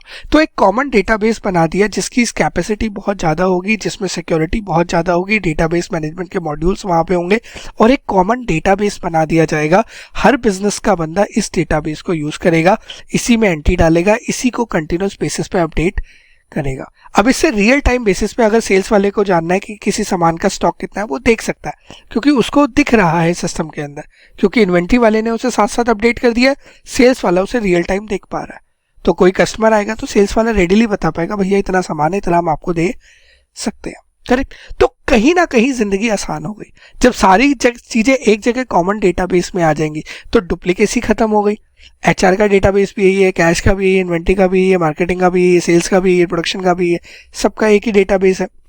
तो जिंदगी आसान हो गई, डेटा की डुप्लीकेसी खत्म हो गई, रिडंडेंसी खत्म हो गई, एक्यूरेसी इंक्रीज हो गई, प्रोसेसिंग इंक्रीज हो जाएगी। यू मे से कि सर ये ज़्यादा कॉस्टली होगा, पहले वाले से तो कम कॉस्टली होगा क्योंकि पहले वाले में सबने अपने अपने डेटाबेस रखे थे। This will be less costlier, but आपको सारी सिक्योरिटी एक जगह लगानी है, मैनेज एक जगह करना है तो जिंदगी आसान हो जाती है। प्लस मैनेजमेंट को रियल टाइम बेसिस पे डेटा मिलेगा, रिपोर्टिंग इंप्रूव हो जाएगी और बेटर वे में काम हो सकेगा, बेटर इन्फॉर्म डिसीजन मेकिंग होगी, बेटर रिपोर्टिंग होगी, सारी चीज़ें इंप्रूव हो जाएगी। तो कोई एक ऐसा कंप्यूटर सिस्टम जैसे SAP है, जैसे टैली है, कोई एक ऐसा कंप्यूटर सिस्टम जिसके अंदर कॉमन डेटाबेस हो जो सारे प्रोसेसेस को इंटरलिंक्ड कर दे और फिर एंटरप्राइज को काम करने में हेल्प करे, उसे कहा जाता है ERP, एंटरप्राइज रिसोर्स प्लानिंग। एक ऐसा कंप्यूटर सिस्टम जहां कॉमन डेटाबेस है तो सारे के सारे प्रोसेसेस उससे लिंक्ड है, प्लस वो सारे प्रोसेसेस को रेडी बेसिस पे काम करने में हेल्प कर रहा है, रियल टाइम बेसिस पे अपडेट हो रहा है, बिजनेस की एफिशिएंसी इंक्रीज करा रहा है, मैनेजमेंट की डिसीजन मेकिंग इंप्रूव कर रहा है। This is called ERP। Multiple ERPs are available in the market, Microsoft Dynamics, Oracle, SAP, these are the enterprise resource planning, जहां पर एक सिस्टम जो कॉमन डेटाबेस रख के सबको टेक केयर करता है। इतनी बात समझ आती है? चलो एक बार रीड करें, जरा क्विकली रीड करेंगे। हम कहाँ थे? हम ऊपर चलते हैं वापस। देखो, enterprise resource planning is a type of software that organisation uses to manage day to day business activities. जो बिजनेस के प्रोसेसेस है, बिजनेस की एक्टिविटीज है, जैसे परचेज या प्रोक्योरमेंट, प्रोजेक्ट को मैनेज करना, अकाउंटिंग करना, रिस्क को मैनेज करना, कंप्लायंसेस देखना, सप्लाई चेन में हो गया सामान को खरीदना, फिर रॉ मटेरियल से WIP बनाना, WIP से FG बनाना, FG से वेयर हाउस पे पहुंचाना, वेयर हाउस से कस्टमर तक पहुंचाना, वो सारा सप्लाई चेन में आ जाता है। तो पूरे के पूरे बिजनेस प्रोसेस को मैनेज करना। तो ERP एक ऐसा सॉफ्टवेयर है जो पूरे के पूरे बिजनेस प्रोसेस को मैनेज करता है। इसके अलावा ERP system connects and correlates a multitude of business process. Multitude of business processes मतलब बहुत सारे बिजनेस प्रोसेसेस को कनेक्ट करने में हेल्प करता है and enabled of flow of data among, उनके बीच में डेटा को फ्लो करने में हेल्प करता है। It collects and organisation share transaction data from multiple sources and does eliminate duplication and data की इंटीग्रिटी इंश्योर कराता है। इसके अलावा यहाँ पे और पढ़ सकते हैं हम, यहाँ पे ERP system are design around a single defined data structure that typically has a common database. मतलब इसका जो स्ट्रक्चर होता है, जो आर्किटेक्चर होता है सिस्टम का, वो इस तरीके का है जहाँ पे कॉमन डेटाबेस है।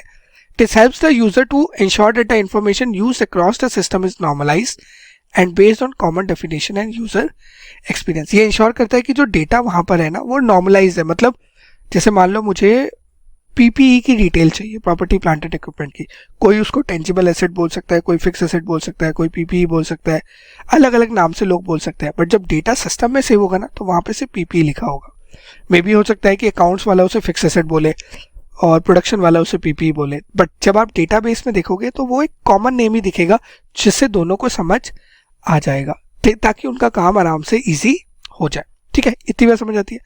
These core constructs are then interrelated with business processes driven by workflows across business department। इसके बाद ये क्या करता है, एक बार डेटाबेस बन गया उसके बाद उसको मल्टीपल प्रोसेस से लिंक कर लेता है। इतनी बात समझ आ गई। तो ये तो हो गया बेसिक ईआरपी क्या होता है। अब ईआरपी के फायदे क्या है, देखो बिजनेस इनसाइट बढ़ जाएगा क्योंकि आपको रियल टाइम इंफॉर्मेशन मिलेगी।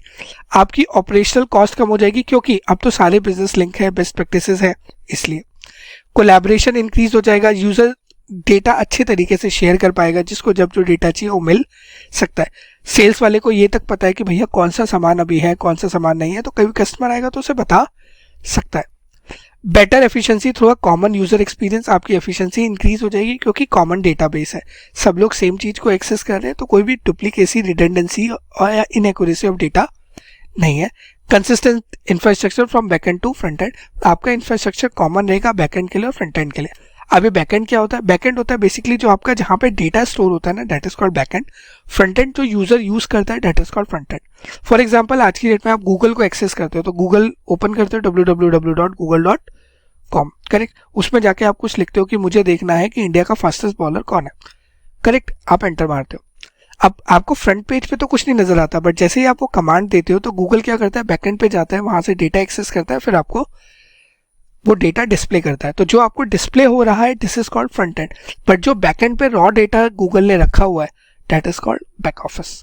ठीक है, रिस्क आपका कम हो जाता है क्योंकि डेटा इंटीग्रिटी अच्छी हो जाती है। मैनेजमेंट और ऑपरेशनल कॉस्ट कम हो जाती है क्योंकि यूनिफॉर्म डेटा है। Increase user adoption rate, user भी ज्यादा खुश होता है, जैसे प्रोडक्शन वाला ज्यादा खुश रहेगा, वो बोलेगा यार मुझे रेडी डेटा अवेलेबल है, इधर उधर का कोई डुप्लीकेट डेटा नहीं है। सेम वे में एचआर वाला, अकाउंटेंट, तो everyone is happy and they are satisfied कि ठीक है डेटा ठीक है, तो they accept it in a proper manner. ठीक है, तो ये हो गए आपके बेनिफिट।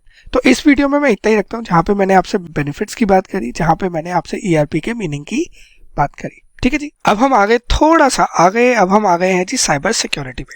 देखो साइबर सिक्योरिटी हम सब जानते हैं क्या होती है। साइबर सिक्योरिटी मतलब कंप्यूटर्स की सिक्योरिटी को हम साइबर सिक्योरिटी कहा जाता है। आज की डेट में हम सब जानते हैं कि किस तरीके से टेक्नोलॉजी हैज इवॉल्व। तो जब कंप्यूटर्स इन्वॉल्व हुआ है, टेक्नोलॉजी इवॉल्व हुई है, तो उसकी वजह से थ्रेट्स और रिस्क ऑटोमेटिकली इवॉल्व हो जाते हैं। आज की डेट में जैसे मान लीजिए कि कोई भी पर्सन है, जैसे टाटा है, रिलायंस है, उनका सारा अकाउंटिंग डेटा कंप्यूटर्स के अंदर है। अब कंप्यूटर को कोई हैक कर सकता है, वायरस का रिस्क आ सकता है, कोई बंदा गलत एंट्री डाल सकता है, there can be multiple things to it. कोई भी वायरस लेके आ गया, रैंसमवेयर डाल दिया, उनके सिस्टम को करप्ट कर दिया, हैक कर लिया, अनपब्लिश्ड डेटा एक्सट्रैक्ट कर लिया, there can be multiple things which can arise because of the use of the technology. तो ये सारे जो रिस्क आ रहे हैं, इन सारे रिस्क को क्लोज करने के लिए है जी साइबर सिक्योरिटी। तो cyber security basically here means कि आप किस तरीके से, साइबर मतलब कंप्यूटर्स को अपने सिक्योर रखने वाले हैं, डेटा को अपने सिक्योर रखने वाले हैं, कैसे इंश्योर करोगे कि उसके जो रिस्क है और थ्रेट्स है उसे आप मिटिगेट करके चलो। तो सबसे पहले ये समझते हैं कि किस तरीके के रिस्क है। पहले समझते हैं रिस्क किस तरीके के हैं और क्या क्या अप्रोचेस ली जा सकती है। दो चीजें आपको जाननी है। पहला है जी फिशिंग अटैक। फिशिंग अटैक होता है एक तरीके से कि जैसे मेल्स होती है ना, कि आपको मेल कर दिया, उसके बाद आप उस पर क्लिक करते या तो सिस्टम में वायरस आ गया या आपका सिस्टम करप्ट हो गया, समथिंग लाइक दिस। तो फिशिंग अटैक मीन्स एक तरीके से आपको परसुएट करना, आपको मोटिवेट करना और आपको बोलना कि जाओ क्लिक करो। उसका जो बेस्ट तरीका है वो है मेल्स, कि आप मेल कर दिया, बंदा मेल ओपन तो करके देखेगा क्या है। जैसे मेल ओपन करके देखा, उसमें कोई टेम्पटिंग चीज लिखी, वहां पे जैसे उससे क्लिक किया एंड बूम, सारा कंप्यूटर के अंदर दिक्कत हो गई। This is phishing attack.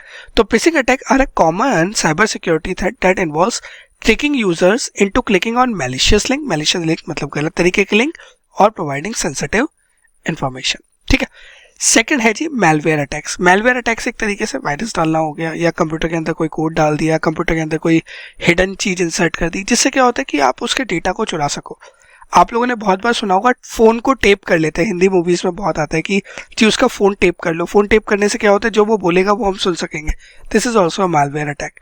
Same तरीके से आपने क्या किया, कंप्यूटर में कुछ कोई कोड डाला, कोई प्रोग्राम डाला, कोई वायरस डाला, कोई एनीथिंग विच इंश्योर्स कि कंप्यूटर से कोई डेटा चुराया जा सके या कंप्यूटर के काम को रोका जा सके। ये लिखा है malware attacks involve infecting computers। infecting computer मतलब कंप्यूटर की जो वर्किंग है उसमें कोई वायरस वगैरह डाल देना, और network with malicious software that can steal data और disrupt ऑपरेशन, जो ऑपरेशंस को काम को रोक दे या उनके डेटा को चुरा ले। ठीक है, दो चीजें क्लियर होती है।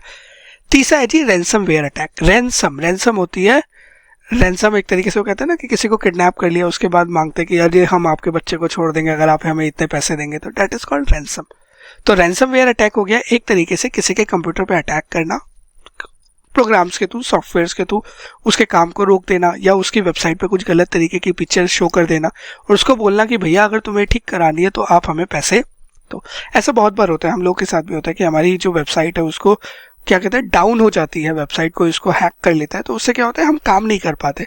तो देन दे आस्क कि आप हमें पेमेंट दोगे तभी हम आपके सिस्टम को क्लीन करेंगे, सिस्टम को छोड़ेंगे। ठीक है, सिंस रैंसम मांगी जाती है इसीलिए इसे रैंसमवेयर अटैक कहा जाता है। Ransomware attacks involves encrypting files और लॉकिंग यूजर्स। या तो फाइल्स को एन्क्रिप्ट कर दिया, अब आप उसे ओपन नहीं कर सकते, अब ओपन करोगे तो उसमें अलग अलग तरीके के साइंस नजर आएंगे, आप यूज ही नहीं कर पाओगे। या आपको क्या कर दिया, लॉकिंग यूजर्स आउट, यूजर्स को एक्सेस ही नहीं करने देना, सिस्टम बंद कर दिया, और उसके बाद उसके बदले में डिमांड पैसे कर मांगना कि भैया अगर आप काम करना चाहते हो तो हमें पैसे दे दो। ठीक है, नेक्स्ट है जी इनसाइडर थ्रेट। इनसाइडर थ्रेट का मतलब हो गया कि एम्प्लॉइज कुछ गलत काम करें, नाम लिखा है ना इनसाइडर, इनसाइडर मतलब एम्प्लॉइज कुछ गलत तरीके का काम करे, वायरस वगैरह डाले या कुछ भी करे ताकि उन्हें कुछ सेंसिटिव डेटा मिल सके और वो कुछ तरीके का अनजस्ट बेनिफिट कमा सके। ठीक है, नेक्स्ट है जी denial of service. Denial of service के आपको काम ना करने देना, आपके सिस्टम पे इतना लोड क्रिएट कर दिया कि कोई भी बंदा सिस्टम को यूज नहीं कर सकता। जैसे अमेजन है, इंस्टाग्राम है, फ्लिपकार्ट है, फेसबुक है, उसके ऊपर इतना लोड क्रिएट कर दिया या उसके में जाके सिस्टम में कुछ ऐसी छेड़खानी कर दी कि सामने वाला बंदा उसे एक्सेस ना कर सके और सिस्टम डाउन हो जाए। ठीक है, नेक्स्ट है जी supply chain attacks. Supply chain attack हो गया कि जो आपके सप्लायर्स है उनके थ्रू अटैक करना, मतलब उनके सिस्टम में कुछ ऐसी चीज डाल देना ताकि आपका काम रुक जाए, आपके काम को प्रॉब्लम हो जाए। जैसे बहुत बार क्या होता है कि हम हमारे कंप्यूटर सिस्टम है बट हम बहुत काम आउटसोर्स करते हैं, थर्ड पार्टी से कराते हैं, तो थर्ड पार्टी के सॉफ्टवेयर के साथ क्या किया, छेड़खानी करी। Supply chain attacks involve compromising third party software और hardware to gain access to a system और नेटवर्क। अब जैसे रिलायंस है, रिलायंस का नेटवर्क बहुत स्ट्रॉन्ग है, बहुत स्ट्रॉन्ग है, आप उसके अंदर नहीं घुस सकते तो आपने कहा यार इसमें नहीं घुस सकता, इसका जो सप्लायर है उसके सिस्टम में घुस जाता हूँ, उसके थ्रू इसमें चला जाऊंगा। This is supply chain attack. ठीक है, ये तो हो गई जी प्रॉब्लम्स, ये है थ्रेट्स। अब इनको मिटिगेट कैसे करते हैं, इसके लिए एक है पासवर्ड मैनेजमेंट, कि जी आप स्ट्रॉन्ग पासवर्ड यूज करो, रेगुलर बेसिस पे पासवर्ड चेंज करते रहो ताकि कोई भी पर्सन आपके पासवर्ड को एक्सेस ना कर सके और लॉग इन ना कर सके। तो strong passwords are critical for protecting sensitive financial data. Accounting professional को कहा जाता है कि आप कॉम्प्लेक्स पासवर्ड यूज करो, उसे कंटिन्यूसली चेंज करते रहो। ठीक है, सेकेंड है जी इंक्रिप्शन। इंक्रिप्शन है कि आपका जो भी डेटा आपके सिस्टम में, अगर कोई उसे पेन ड्राइव से, हार्ड डिस्क से, किसी से भी बाहर निकालना चाहता है तो इंक्रिप्टेड निकलेगा, कोई भी पर्सन उसे रीड नहीं कर पाएगा। इवन ये चीज हम लोग ना ऑडिटिंग में बहुत ज्यादा यूज करते हैं। तो उसमें क्या होता है, जैसे क्लाइंट का डेटा होता है तो सिस्टम के अंदर होता है ना पेन ड्राइव एक्सेस रिस्ट्रिक्टेड होता है, आप पेन ड्राइव यूज नहीं कर सकते।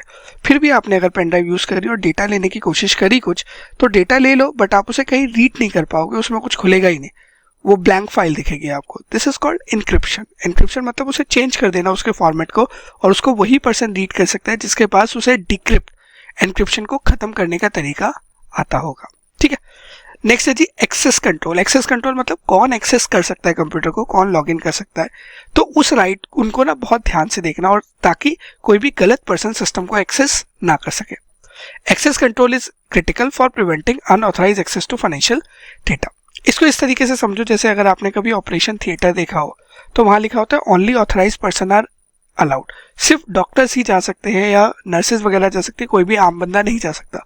This is the access control. Same way में बहुत जगह मॉल्स में, मेट्रोज में, अलग अलग जगह पे कंट्रोल्स लगाया जाता है कि कौन बंदा एक्सेस कर सकता है। सेम वे में आपका और मेरा घर है, हम घर में किसी भी XYZ पर्सन को अलाउ नहीं करते, सिर्फ जो जान पहचान का बंदा है वो आता है, बेल बजाता है, तभी हम उसे अंदर आने देते हैं, this is access control. Same way में आप कंप्यूटर में भी कौन लॉगिन कर सकता है, कौन ऑथराइज पर्सन है, किसके पास राइट होना चाहिए लॉगिन का, वो देखो और कंट्रोल लगा दो ताकि कोई गलत पर्सन सिस्टम के अंदर घुस ही ना सके। ठीक है, नेक्स्ट है जी नेटवर्क सिक्योरिटी। नेटवर्क की सिक्योरिटी को आपको इंश्योर करना पड़ेगा ताकि कोई वायरस ना आ सके। उसके लिए आप फायरवॉल यूज करो और two level authentication system use करो, मल्टीपल तरीके की सिक्योरिटी का रखो ताकि कोई भी साइबर अटैक ना हो सके। एम्प्लॉयज को ट्रेन करो, उन्हें बताओ कि भैया देखो आपके पास फिशिंग मेल आएंगी, आप उनको क्लिक मत करना। कोई भी गलत पर्सन से आपके यहाँ मेल आ रही है, अननोन पर्सन से मेल आ रही है तो आप उसे ओपन मत करना। कोई टेम्पटिंग मेल आ रही है तो पहले आईटी वालों को बताना, उनको समझाना कि आप रेगुलरली पासवर्ड वगैरह चेंज करो। तो ये सारी एम्प्लॉयज को ट्रेनिंग देनी होती है ताकि आप चीज़ों से बच सको। डेटा का रेगुलरली बैकअप लेके रखो ताकि कभी भी अगर सिस्टम में कुछ क्रैश हो जाए तो आप जो बैकअप लिया उससे डेटा रिस्टोर कर सको। और incident response planning, incident response planning होता है कि इंसिडेंट कुछ होगा, कोई साइबर अटैक होगा, कुछ भी होगा तो उसके लिए आप पहले ही प्लान करके रखो। इसे कहा जाता है एक दूसरे तरीके से मॉक ड्रिल। मॉक ड्रिल क्या होता है, ट्राई करके देखना कि जैसे बहुत ऑफिस में क्या होता है कि किया जाता है कि जी अगर भूकंप आ जाएगा तो किस तरीके से लोग जाएंगे, तो they do a mock drill, alarm बजा देते हैं ताकि लोग बाहर चले जाए। फायर का मॉक ड्रिल होता है। तो सेम तरीके से कंप्यूटर सिस्टम में भी क्या होता है, आप तैयार रखो कि जी अगर वायरस आएगा तो हम कैसे उसके अगेंस्ट एक्ट करेंगे, कोई हैकर हैक करेगा तो हम कैसे क्या करेंगे, कोई हमसे रैंसमवेयर मांगेगा तो हम क्या करेंगे। तो उसके प्रॉपर प्रोसीजर बना के रखो ताकि कभी भी ऐसा हो तो आप उसको टेक केयर कर सको। अब इंसिडेंट रिस्पांस में ये नहीं होता कि सिर्फ उसको रिस्पांस देना, इट ऑल्सो इंक्लूड्स कि उसके लिए प्लान करना, ढूंढते रहना रेगुलर बेसिस पे कि कुछ गड़बड़ तो नहीं चल रही। तो आप डिटेक्ट करते रहो, देखते रहो कि भैया कहीं कुछ गड़बड़ तो नहीं है ताकि उसके इम्पैक्ट को आप कम से कम रख सको। ठीक है, तो कभी एग्जाम में आएगा कि जी बताइए साइबर सिक्योरिटी में आपके क्या थ्रेट्स हो सकते हैं, तो आप ये बता दीजिएगा। कभी आए कि जी बताइए आप किस तरीके से साइबर सिक्योरिटी के रिस्क को मिटिगेट कर सकते हैं, तो आप ये पॉइंट बता दीजिएगा। ठीक है जी, चलेगा, डन है।